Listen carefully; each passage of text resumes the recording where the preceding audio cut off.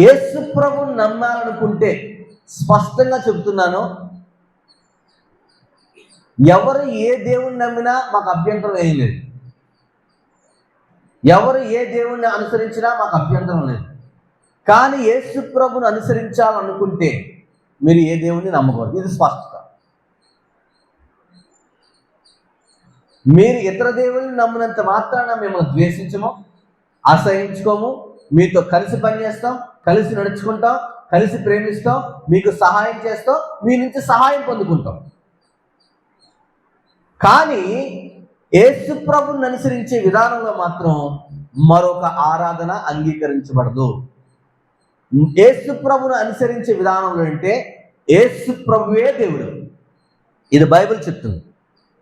చాలా విశ్వాసాలు ఏం చెప్తున్నాయంటే బహుదేవత ఆరాధన అనే విశ్వాసం ఉంది.